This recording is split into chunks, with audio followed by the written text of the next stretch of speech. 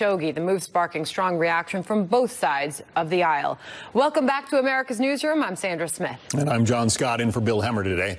Lawmakers on the right and left raising concerns over President Trump's decision to stand by Saudi Arabia and its crown prince, Mohammed bin Salman. Republican Senator Lindsey Graham insists, despite the White House decision, he will not work with the crown prince. Saudi Arabia needs us more than we need them. It's not too much to ask an ally not to butcher a guy in a consulate. This is not World War II, so I'm not going to look away at what MBS did. We've got a historic opportunity here to tell the people in the Mideast there's a new sheriff in town. If you disrespect us and you trample over civilized norms, you're going to pay a price.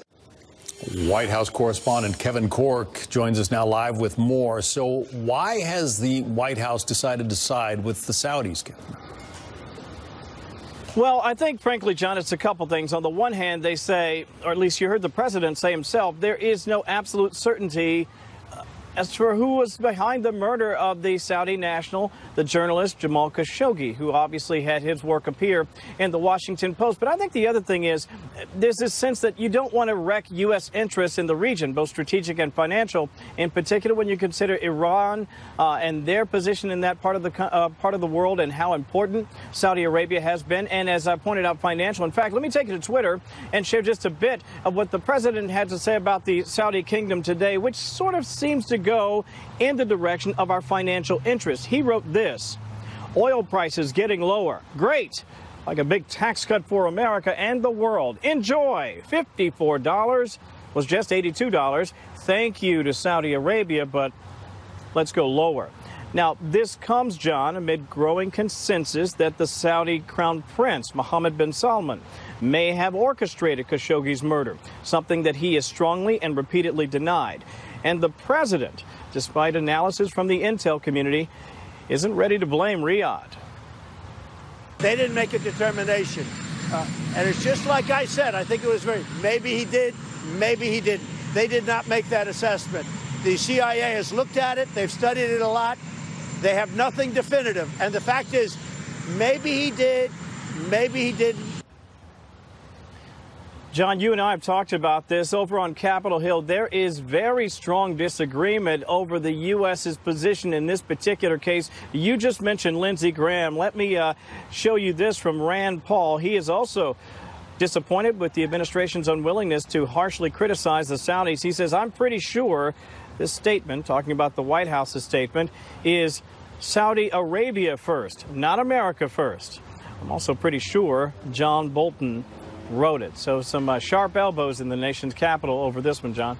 Also at the White House, the New York Times is reporting the president wanted his Department of Justice to prosecute Hillary Clinton and James Comey. Why? Yeah, well, listen, he's not the only one in Washington who believes that either or both Comey and Clinton may have actually broken the law. And maybe he's asking the question, it has been suggested to me by White House officials, why wouldn't the DOJ investigate something like that? Why wouldn't they at least at a minimum try to get to the bottom of it? But this is actually problematic, though, John, if you really think about how Washington works, because there's a learning curve. Granted, when you're a president, maybe you don't know that there are a lot of dangers in this town, talking about Washington politics. And so you can't just sort of have bluster about things that should happen or maybe things that you feel like might happen. But I also think, fairly speaking, that doesn't necessarily rise to the level of a specific command.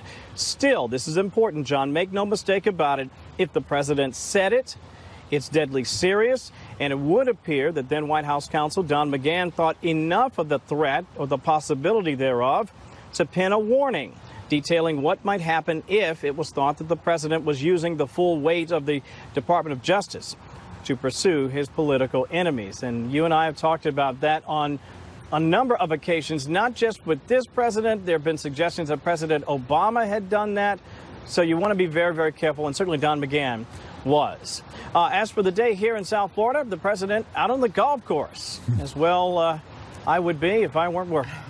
Back to you. Sounds like a good day to do that. It's getting a little chilly up here in the Northeast. Kevin Corke, thank you. On to this Fox News alert. Questions answered. President Trump submitting written responses to special counsel Robert Mueller's Russia investigation, causing his attorneys to call for the end to the probe. Catherine Herridge is live in Washington with more on this. Catherine.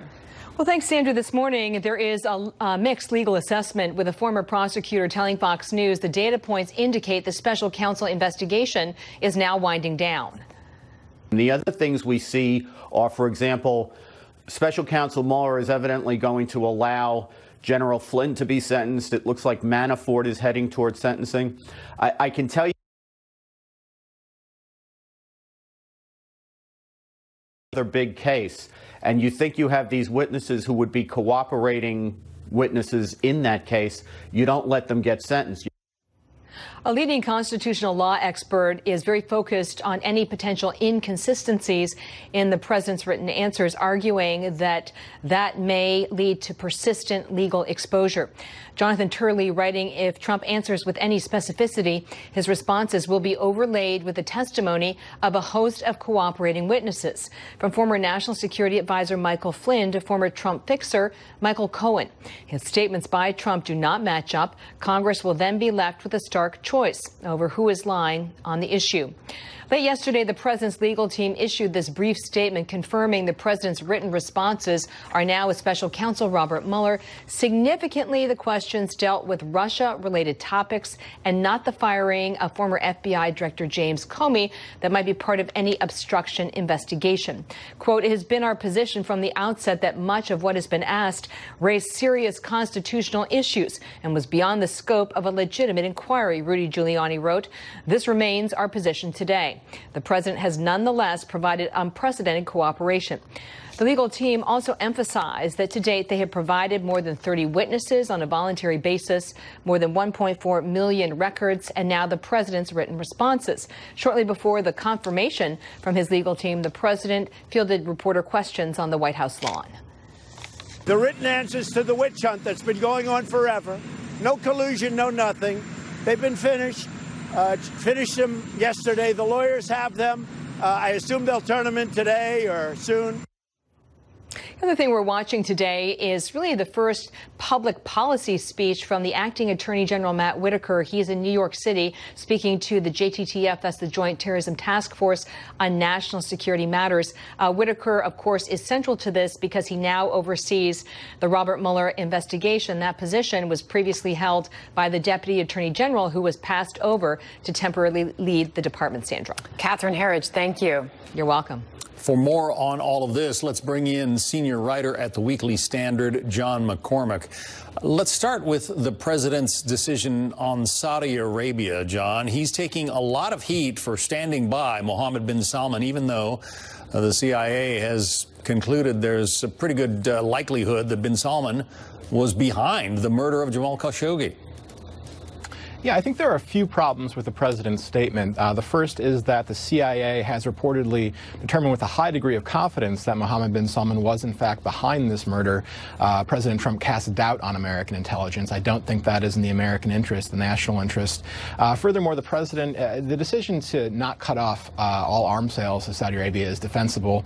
It's a wise decision, but I think the president has sort of cast this false choice between either all or nothing. The idea that we would have to, completely cut off ties or cut off arms sales to Saudi Arabia or doing nothing. That's the way he's framed it. I think there are measures that could have been taken. Some diplomatic price could have been paid. Some economic price could have been paid. But the president has chosen to impose no sanction, no price on Mohammed bin Salman. I thought the statement was a statement of weakness, not of strength. The premise here was that if we did anything, made Mohammed bin Salman pay any price, that this would somehow jeopardize American interests, as if we're the junior partner here and we have more to lose than they do. So I do think that those were a few different problems with his statements. President Trump, for whatever reason, seems to believe that you need to almost actively praise brutal dictators like Kim Jong-un to have a working relationship with them. Obviously there are times when you need to make hard-headed decisions, but you can still speak the truth about human dignity, human rights. President Reagan knew how to do that. President Trump either doesn't know how to do that or doesn't want to. The The newspaper that covers the nation's business doesn't seem to think much of the president's approach. The Wall Street Journal writing, from Mr. Trump's point of view, U.S. interests in the Middle East can be reduced to arms deals, oil, and Iran. That is crass. No other word suffices. You're saying the president should have reached out, done something to punish the Saudis for what happened here. Yeah, I think there should have been some price, and I agree with the Journal in particular. The president's remarks about the number of jobs and the amount of money the United States was going to get from these arms deals was crass and grotesque. The United States has a strategic alliance based on our national interest with Saudi Arabia, and as I said, it would be foolish to completely end that over this. But again, some price could have been. Some of Robert Mueller's questions on paper. Rudy Giuliani, the president's lawyer, was speaking to the Axios news site and said this: any question he has on obstruction, the president has given the answers in interviews, tweets. Other witnesses have given it to him, meaning Mueller, and the law definitely requires that if you're going to subpoena a president, you have to show that you can't get the information anywhere else. Rudy Giuliani seems to think that the president is avoiding any future trouble, any indictment, impeachment, any of those things from the Mueller investigation. Well, if what Rudy Giuliani said is true, then it's going to make it very difficult for any Democrats who hope to impeach him. The Democrats, we just held an election. Democrats obviously won the House, but they did so while running away from impeachment. Joe Biden said they shouldn't go after impeachment. Nancy Pelosi, just in the past week, sort of mocked those who are interested in impeachment. So Robert Mueller is going to have to reveal something new and something substantial. Obviously, we should wait to see what the facts are. But if what Rudy Giuliani said is true, that nothing that he revealed in this in these questions and answers is anything that he hasn't already tweeted or said hasn't been reported in the news, then this isn't going to be enough, I think, for Democrats to go down the road of impeachment. But does Robert Mueller have to come up with some kind of collusion case to justify the whole investigation with which he was charged? No, I mean, he was charged with investigating Russian interference, and anything that came out of that. Obviously, they've indicted a lot of Russians who did meddle in this election. They have found other crimes that have been committed, and he's now obviously pursuing also obstruction charges. These investigations can go off in different directions. Just ask Bill Clinton when the first investigation started about Whitewater, ended up with Monica Lewinsky. So we shouldn't make any determination until the report's actually out. John McCormick, Weekly Standard. John, thank you. Thank you. Nancy Pelosi picking up a key endorsement in her bid to become House Speaker. Who is backing her now, and how that support could impact the effort to oppose her speakership? Plus, as House Democrats look to investigate Ivanka Trump's use of a personal email account in the White House, the president is defending his daughter, making it clear there are real differences between her case and the other one that he made a rallying cry. There was no deleting like Hillary Clinton did. There was no servers in the basement like Hillary Clinton had. You're talking about a whole different, you're talking about all fake news.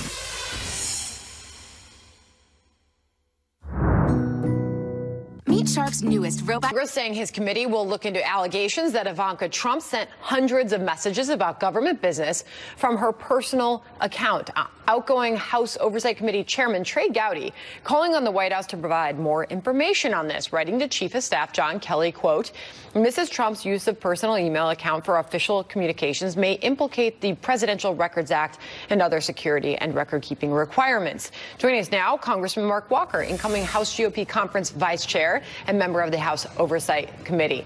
Congressman, thank you for your time this morning. Where do you stand on what should happen? We heard from your colleague, Trey Gowdy. Where do you stand on what should happen next based on what we're learning about Ivanka Trump and her use of private email for government business?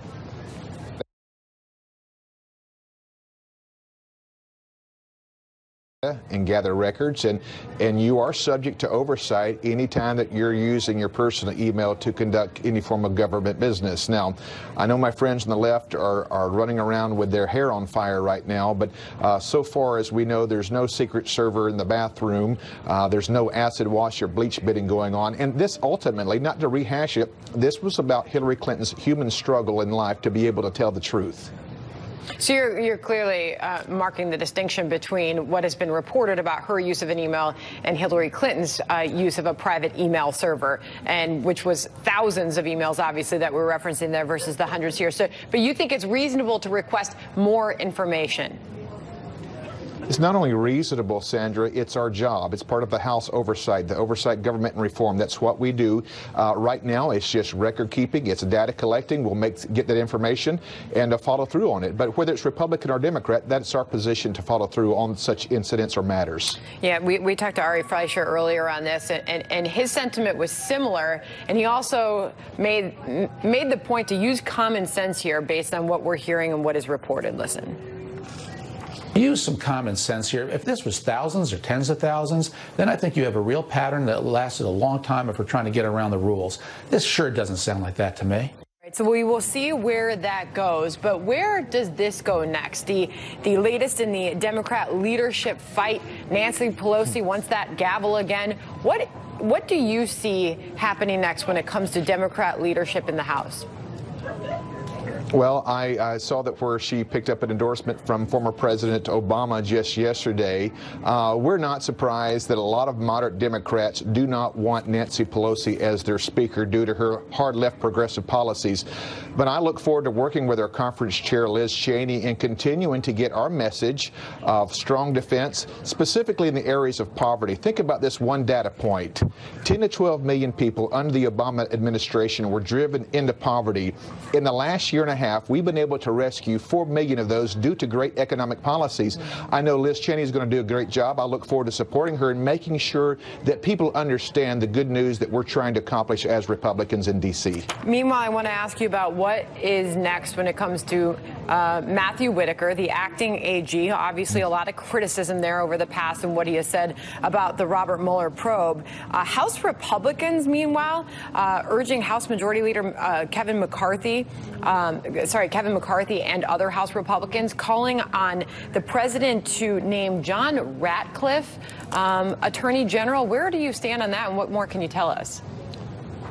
Listen, I have no closer friend in the House than John Ratcliffe, but it goes well beyond just a friendship. If you look at his vast experience, we would not know about some of the DOJ and FBI abuses had it not been some of his questioning with Comey and Strzok. This is a guy who is not timid, yet he is measured in his comments, and this is the kind of individual that I believe has the integrity and character to fill such a position. I certainly join Kevin McCarthy, Mark Meadows, and many others who would recommend John Ratcliffe for Attorney General to the president. Interesting. Congressman Mark Walker, thank you for your time this morning, sir. Have a good holiday. You too. Thanks. Fox News alert thousands of would-be immigrants at the doorstep of the United States, and according to Target missed expectations, but overall their numbers and their outlook was pretty positive. So we'll see how this all plays out, but the Dow enjoying a nice gain at the moment. All right. Meanwhile, more outrage after President Trump decides not to punish the Saudi crown prince as we learn more details of the killing of Jamal Khashoggi. Turkey right now accusing the U.S. of turning a blind eye to human rights violations, dismissing the president's statement on the issue as, quote, comic. The president defending his decision. It's America first for me. It's all about America first. We're not going to give up hundreds of billions of dollars in orders and let Russia, China, and everybody else have them. It's all about, for me, very simple. It's America first. Benjamin Hall live from our London bureau with more reaction to this. Benjamin. Hi, Sandra. President Trump's statement yesterday was certainly intended to be the final word on this. And he said, as you heard there, why. For him, national security is more important than anything else. But also, we're seeing major backlash both in the U.S. and now abroad. While that statement was being given, the Turkish foreign minister was actually in Washington, and he met with Secretary Pompeo soon after it was announced. He said that the killing of Khashoggi should not be covered up for the sake of maintaining trade ties with Saudi Arabia. This is a humanitarian issue. It is a murder. We cannot say our trade will increase. Let's cover it up. Let's ignore it. Other politicians in Turkey accused the U.S. of turning a blind eye to the murder, and they said they would now push for an international investigation. There was also a response from Iran, the foreign minister tweeting, Mr. Trump bizarrely devotes the first paragraph of his shameful statement on Saudi atrocities to accuse Iran of every sort of malfeasance he can think of. Perhaps we're also responsible for the California fires. The White House has always viewed Saudi Arabia as a key partner on all Middle East issues, and many now wonder if, following this statement, Saudi Arabia will be working even closer with the U.S. towards issues such as Palestinian peace deals, the Yemeni ceasefire, pushing back against Iran, and always, as importantly, lowering oil prices. And that cooperation is what many people will be looking for now, particularly when it comes to the Israeli-Palestinian peace deal, which we expect to get more information on in the coming months. Saudi Arabia, a key player in that, as with so many other issues. So now people watching to see if the cooperation between the two countries will grow as a result. Sandra? Benjamin Hall in London for us. Thank you. For more on this now, let's bring in Peter Brooks. He's a senior fellow at the Heritage Foundation's National Security Affairs area, also former Deputy Assistant Secretary of Defense. I want to play for you some more of the president talking about this decision he's made regarding Saudi Arabia, and then I'll get your reaction on the other side. Okay. Listen to this. I'm not going to tell a country that's spending hundreds of billions of dollars and has helped me do one thing very importantly, keep oil prices down so that they're not going to $100 and $150 a barrel. Right now, we have oil prices in great shape. I'm not going to destroy the world economy, and I'm not going to destroy the economy for our country by being foolish with Saudi Arabia. So it comes down to economics for the president. What do you think of that decision, Peter? Well, look, this is a very tough situation. The president laid that out. It's a terrible human tragedy. It's a terrible political crisis as well for the United States and even beyond the United States internationally. And it's going to be very difficult for the administration to walk a line on this. I mean, we need to stand up for human rights. We need to be concerned about authoritarianism in the Middle East. But there's also a number of other issues, John, as you're well aware. The Iranian expansionism, Middle East peace process, Saudi Arabia's role in the Middle East in countering violent extremism. So there's a lot of issues here. This is not easy at all. And rhetorically, it's going to be difficult to deal with this. The Congress is not going to allow this to be the end of the story, and I don't think it is the end of the story. Congress has sent letters to the president, especially the Senate Foreign Relations Committee, asking the administration to act on the Global Magnitsky Act, which could require action against the Crown Prince. So this story is not over by any stretch, and it's going to be very difficult for the United States and the international community to manage this, considering the challenges we face. The Magnitsky Act is named after a Russian lawyer who died while in custody. For viewers who may not know, I mean, a lot of Vladimir Putin's political enemies end up dead, and yet you don't have members of Congress right now, you know, rallying to break off relations with Russia. Is there sometimes a double standard in Washington on these issues? Well, I think that we have to be very cautious not to politicize this issue, right? And that's in fact, a lot of the commentators I've seen from the political sphere, they've offered a lot of criticism and very little advice or ways to deal with this. They understand, I think, in their heart of hearts that this is a very difficult situation, and some action has already been taken. The United States has sanctioned some under the Magnitsky Act in Saudi Arabia. Some of those have already been accused. That does not include the Crown Prince so far. We've stopped fueling Saudi aircraft. Arms sales could be on the table, but the challenge here is because of the challenges we face internationally in this world that seems to be in such tumult, that we have to also look at our national security interests as we go forward on this, at the same time looking at us as a beacon of human rights and democracy in the world. Yeah. The Secretary of State referenced the fact that Saudi Arabia is essentially a bulwark against Iran and its interests in talking about this case. Here's what Mike Pompeo had to say. It's a mean, nasty world out there.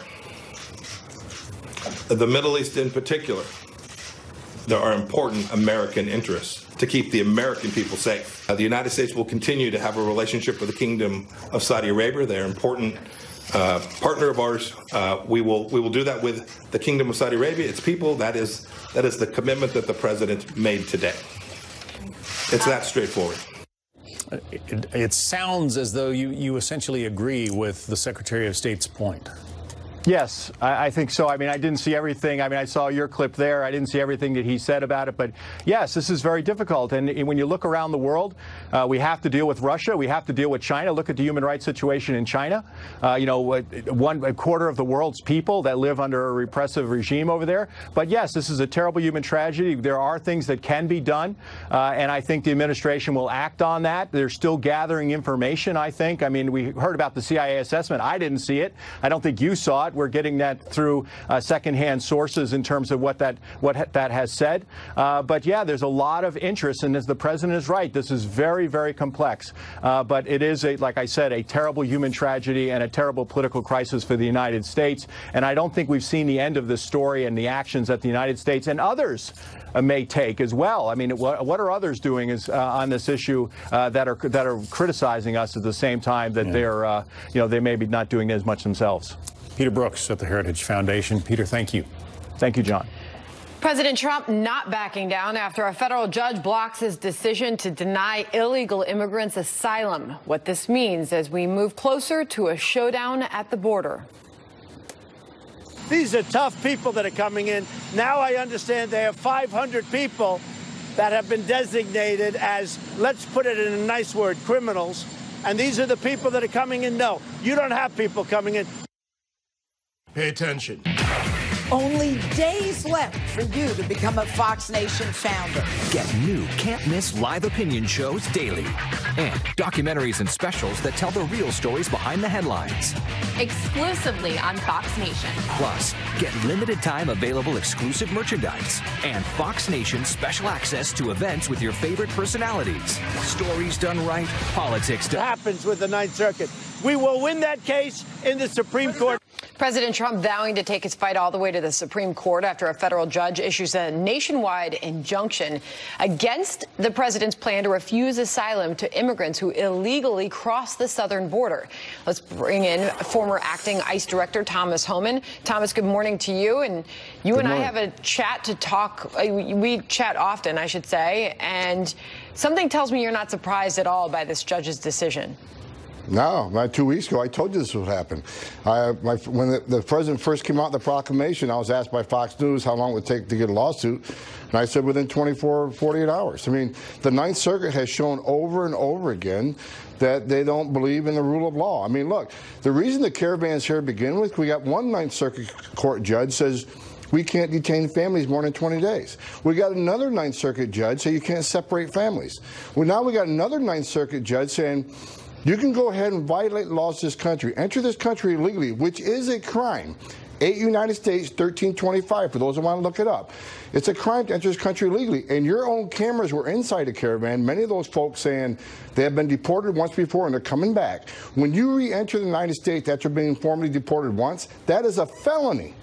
And we have more than 500 criminals in this group. So we just opened the gate. So now you can enter illegally, get the same due process as those who come through the port of entry doing it the right way. And I know that you believe that this judge's ruling and the effect that it will have, you believe that it will have negative consequences in that it will encourage others to follow. Absolutely. When we fought the case on the Florida settlement agreement about keeping families in detention more than 20 days, my affidavit read, if we can only keep families for less than 20 days, we will surge illegal entry of family units. I was called a fearmonger, but you know what? Unfortunately, I was right. Numbers of families surged. Based on this ruling, there's going to be more caravans. Instead of waiting in line like they were going to do, in the safety and security of a port of entry protected by law enforcement, now we're going to talk more caravans come, enter illegally, put themselves in the hands of criminal organizations. We're going to bankroll smuggling organizations. We bankroll drug cartels who control the corridors heading to the border. And these people are put at risk. Women will be raped. People will die crossing the border. Children will drown.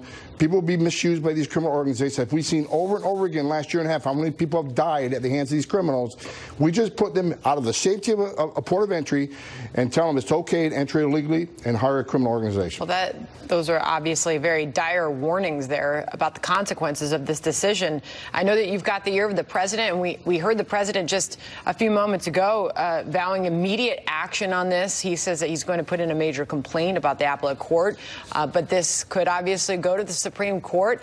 Does ultimately the administration win this case, Thomas? I think they do, because if you look at the justification he used for this proclamation 212F, it's the same general legal justification he used for what they call the travel ban, which he eventually won in the Supreme Court. Now look, they're going to appeal this to the Ninth Circuit. We're certainly not going to get any relief from them. But then you appeal it to the Supreme Court. The problem is it's going to take months. And in that months, more people are going to come to this country illegally and violate our laws. Congress has failed to close the loopholes. They failed to give ICE enough funding to detain all these people. It's going to be a surge until we finally can get this fixed with the Supreme Court. Meanwhile, that caravan moves closer to our southern border. What ultimately will that showdown look like when and if it happens, Thomas? Well, you got thousands of professional law enforcement officers down there. The men and women of the Border Patrol, I've said it many times, they're American patriots, right? They strap a gun to their hip. They stand on that front line and defend this nation. They're professionals. They'll handle this very well. But the thing we have to do, and the president has said they're going to do it, we have to detain these people. If they want due process, we'll give them due process. We'll put them in front of a judge, but we have to detain them until we see a judge, because 85 to 90% will lose their cases based on recent data. And when they get a final order removal, they need to get on a plane and go home, which sends a strong message to Central America. I think earlier it's important to point out that we've heard a lot of legal experts weighing in on this, but Alan Dershowitz was on Fox News earlier this morning talking about how this asylum case is different than the travel ban case, an important distinction to be made here. Final thoughts after this. Listen. It's not like the travel ban. The travel ban, the president was explicitly authorized by statute to decide which countries to prohibit immigration from. On asylum, the president doesn't have that authority statutorily, but he has the broad constitutional authority to control our borders. And in this joint statement by Homeland Security and the Justice Department, they say that the Supreme Court had already shown the president had the legal right to restrict asylum. Final thoughts from you. Well, look, it goes back to 212F for the statute. I think Congress has given the president authority to do this. I'm not a lawyer. I'm certainly not as smart as Mr. Dershowitz. But, you know, being in this game for 34 years, I certainly know the statute. I think we'll ultimately prevail in this, and I hope we prevail, and we got to prevail quickly. So the government needs to appeal as quick as possible and get this fixed. But in the meantime, you got to get your final thoughts. In the meantime, Congress needs to fix the loopholes. Congress is sitting back watching this game. They could fix this tomorrow if they wanted to. So a lot of this is the blame of Congress' failure to act. Something we have heard from you before. Thomas Homan, thank you for coming on this morning. Good to see you. Happy Thanksgiving. You too. Well, airports and passengers are bracing for delays. The number of people flying up more than 5% from last Thanksgiving. Your holiday travel report straight ahead. Travel season is in full swing. AAA predicting the busiest Thanksgiving in more than a decade. The economy might have something to do with that. Some 54 million Americans expected to leave home. Mike Tobin live at O'Hare International Airport in Chicago. Mike?